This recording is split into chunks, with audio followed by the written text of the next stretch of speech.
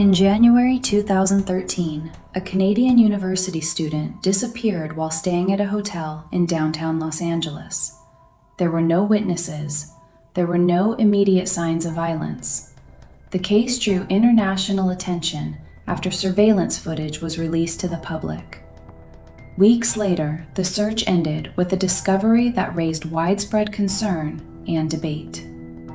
This documentary presents the confirmed timeline and verified facts surrounding the disappearance and death of Elisa Lam.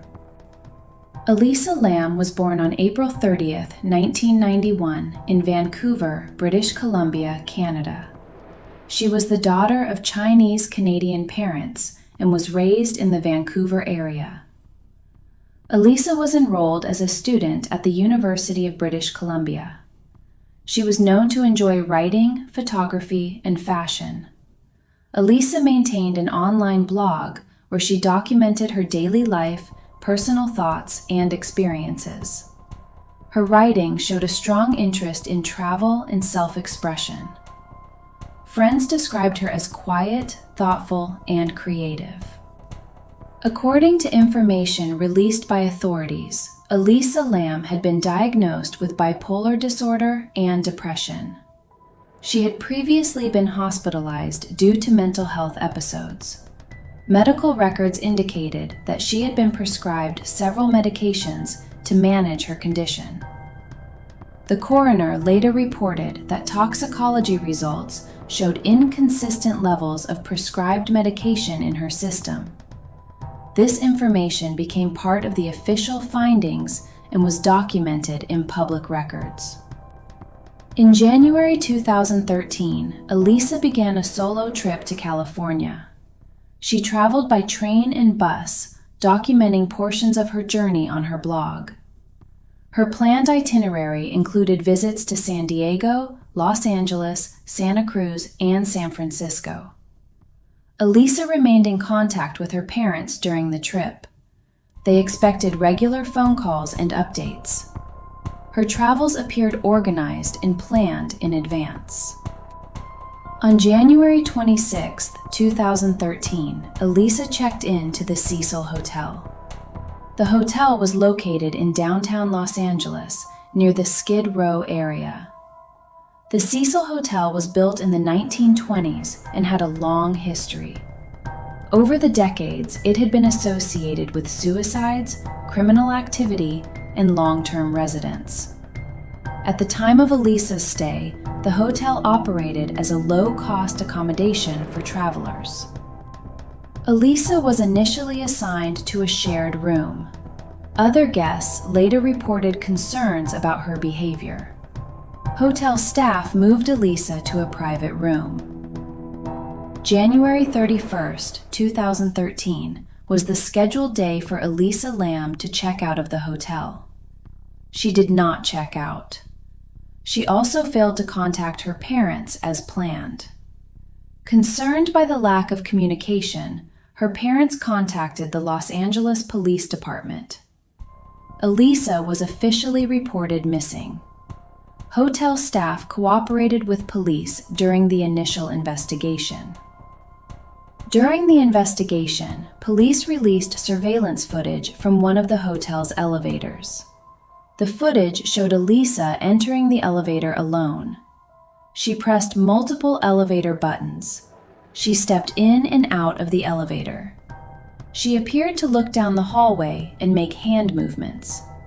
The elevator doors did not immediately close. The video was edited to remove timestamps and was released publicly. The footage quickly spread online and became widely analyzed. Los Angeles police conducted searches of the hotel and surrounding area. Search dogs were brought in. The dogs tracked Elisa's scent to a fifth-floor window. The scent trail ended at that location. The rooftop of the hotel was searched during the investigation. No evidence was discovered at that time. Missing person posters were distributed. Media coverage expanded nationally and internationally. As weeks passed, hotel guests began reporting problems with the water supply. Some guests reported low water pressure. Others reported unusual taste and discoloration of the water. Hotel management investigated the complaints. These reports would later become significant in the timeline. On February 19, 2013, a maintenance worker accessed the hotel rooftop to inspect the water tanks. The tanks supplied water to the hotel. Upon opening one of the tanks, the worker discovered Elisa Lam's body inside. She was found unclothed. Her clothing was later recovered floating inside the tank. Emergency services were contacted immediately. Police confirmed that access to the hotel rooftop was possible through a stairwell and ladder. Investigators stated that the water tank lid was open at the time of discovery. The tanks were large and accessible from the rooftop platform.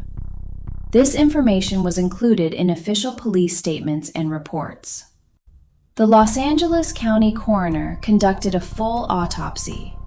The cause of death was determined to be accidental drowning. Bipolar disorder was listed as a significant contributing factor. Toxicology tests showed no alcohol, no illegal drugs, inconsistent levels of prescribed medication. There was no evidence of sexual assault. There were no signs of external trauma. The manner of death was ruled accidental. Following the discovery, public interest intensified. The elevator footage continued to circulate widely online. Numerous theories emerged across media platforms.